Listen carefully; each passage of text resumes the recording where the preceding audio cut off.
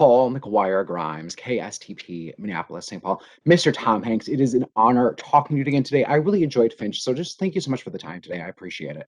Well, did you enjoy The Burbs, The Money Pit, Bridge of Spies, News of the World? You know what? You're not kidding me, man. You art directed today's interview, which I appreciate.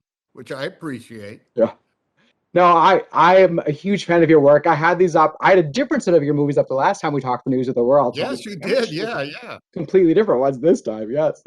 Now, I love that Finch is really about the human connection and the human experience. I'm curious, are there places that you've been, experiences that you've had where maybe you went in with one opinion and then that totally changed after you truly lived it? Well, this happens over and over and over again. And look, I'm a little older now, and so I have a lot more. I think I have a lot more faith in um, embracing that mystery. Not sure what this place is going to come about. I try to specifically negate preconceived notions. Let's not let those things be our default setting. Let's walk in and look. As an actor, I've been around the world to have experiences where I'm not a tourist. I'm there to work. Time is not my own. I have to be in places both benign and ugly and superb and beautiful all at the same time. Now, that's a good place to be, but you're only there for a limited amount of time. There's stuff that you have to do. If I had not learned how to, I think, be open to experiences as they came, as opposed to preparing for a very specific sort of like turnout, I don't think it would have had the grand memories that I do. Perhaps it's because as a kid I moved around. Look, I lived in 10 different places by the time I was 10 years old, so I might have learned at an early age. Is that let's see what comes this way. Let's not be negative about it, and more importantly, or perhaps as importantly, let's not be too positive about this because maybe it's not going to work out too hard. Let's be wary and let's be honest with the circumstances. I love that idea of not being overly positive because I think that sometimes hinders us. Now, we see that this robot that Caleb plays really evolves at a really rapid pace. Do you ever fear that technology will surpass us or that we are overly reliant on I technology? don't, because I think it's still our option whether to use that technology or not. I don't have a speaker in my house that turns on the lights.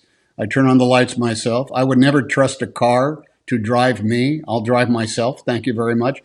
And there's a ton of stuff that I just don't bother with, not because of any like philosophical aspect, but because it doesn't save time.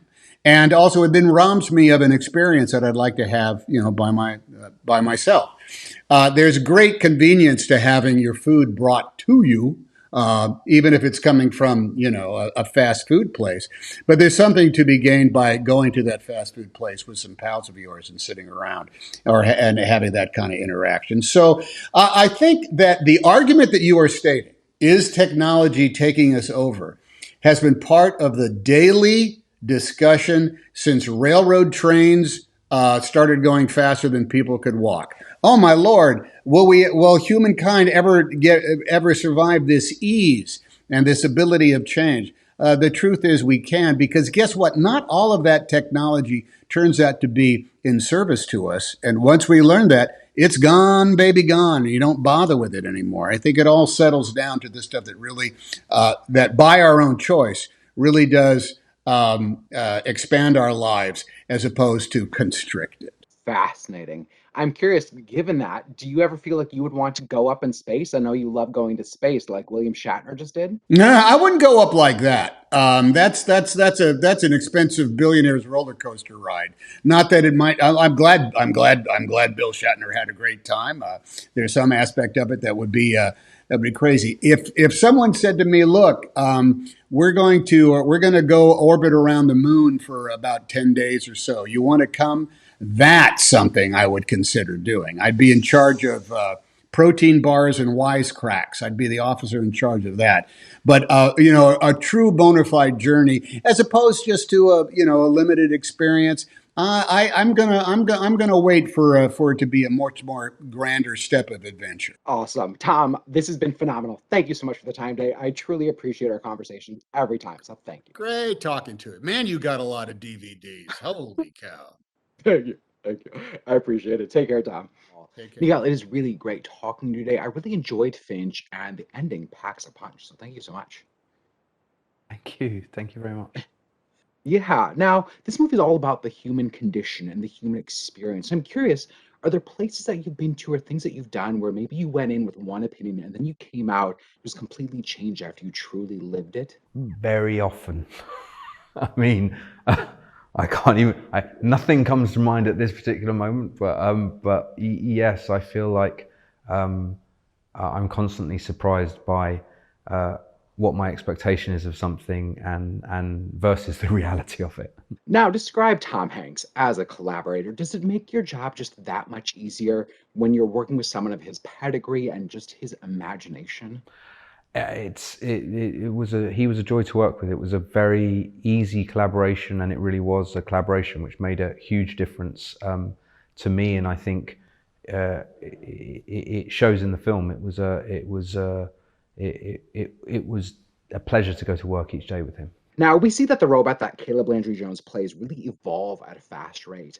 Do you ever fear that technology will surpass us or that we overly rely on it? I think we definitely rely on it extremely heavily. I don't think we can. I don't think we're currently able to survive without it. Uh, uh, I don't know if it will surpass us, but I suspect so. I think really maybe we need to reframe the question and think of how technology is really an extension and an evolution of us rather than something completely separate. I haven't really thought of it like that. That makes total sense. Now, how did you and Caleb work together to bring this character Jeff to life at the rate that he really evolves? I mean, I did. Caleb, myself, and Tom. We spent 3 weeks rehearsing together, working through the script, discussing that evolution, thinking about how it might manifest itself, and then Caleb was in every scene with Tom. Every scene that has Jeff in it, that's Caleb standing there doing the scene with Tom, and so it really evolved organically after a certain point. It was we really set out to make a family drama and to shoot it as a family drama and not to get caught up in all the visual effects and all the wizardry that would need to be involved to transform Caleb into a living, breathing robot, as it were. Yeah. Now, people know your work from the many episodes of Game of Thrones that you did, which are these huge scale, big CGI, massive cast, and now you're doing this intimate two-person drama. Did your work as a director change with this type of environment versus that? I, I think I chose to do this because it was a nice welcome change from doing something which was, full of dragons and hundreds of extras. But I must say that the storytelling, kind of the filmmaking aspect, remains consistent because in those big battles, at least my way of doing those, the way that I find easiest is I look for the intimate personal story. Whose story is it? Whose point of view is it? What do they want? What do they need? Those very simple questions that I ask myself, and then I try and stay close to the characters.